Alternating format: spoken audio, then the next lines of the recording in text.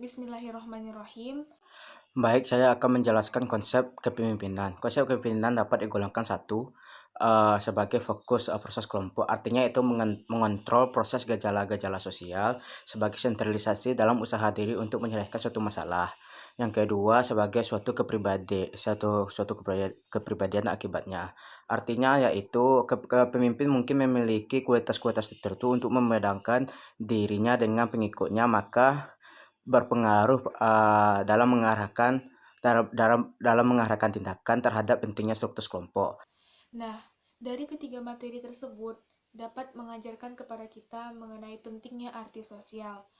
Maksudnya adalah kita penting untuk memahami orang lain, menghormati orang lain, memiliki kepedulian terhadap orang lain, menghargai keberagaman, cinta terhadap diri kita sendiri, tetapi juga kita harus cinta kepada orang-orang di sekitar kita.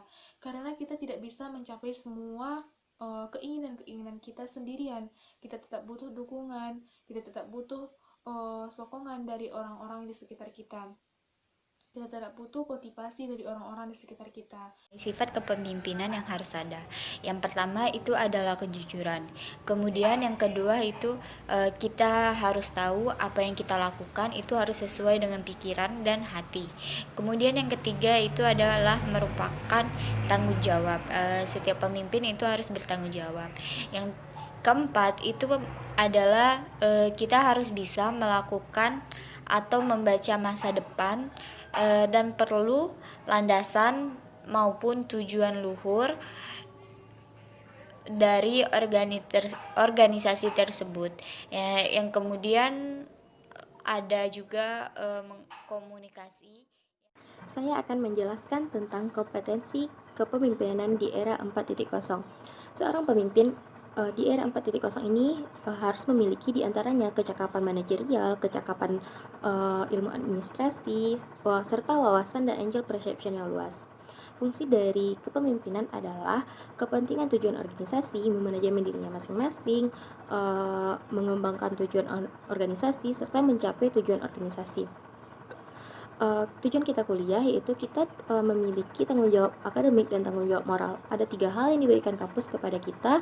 Yang pertama yaitu kuliah, organisasi, dan waktu. Dan kita hanya bisa memilih 2 di antara 3 tersebut.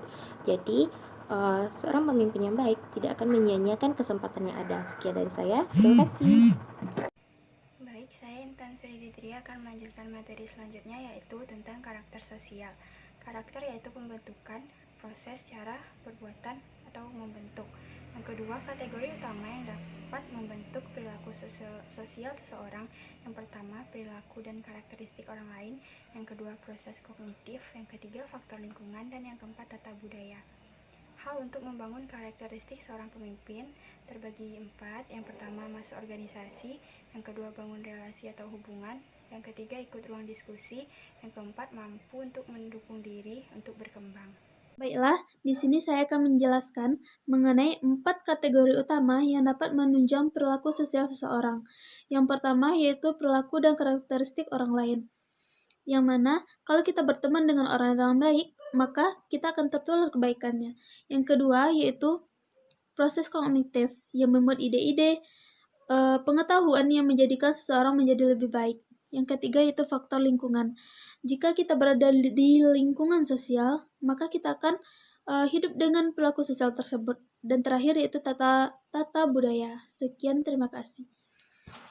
Teori sosial untuk menjadi seorang pemimpin, di mana untuk menjadi seorang pemimpin terdapat 2 teori sosial, yaitu yang pertama, pemimpin haruslah disiapkan, harus dididik, harus dibentuk, tidak terlahir begitu saja.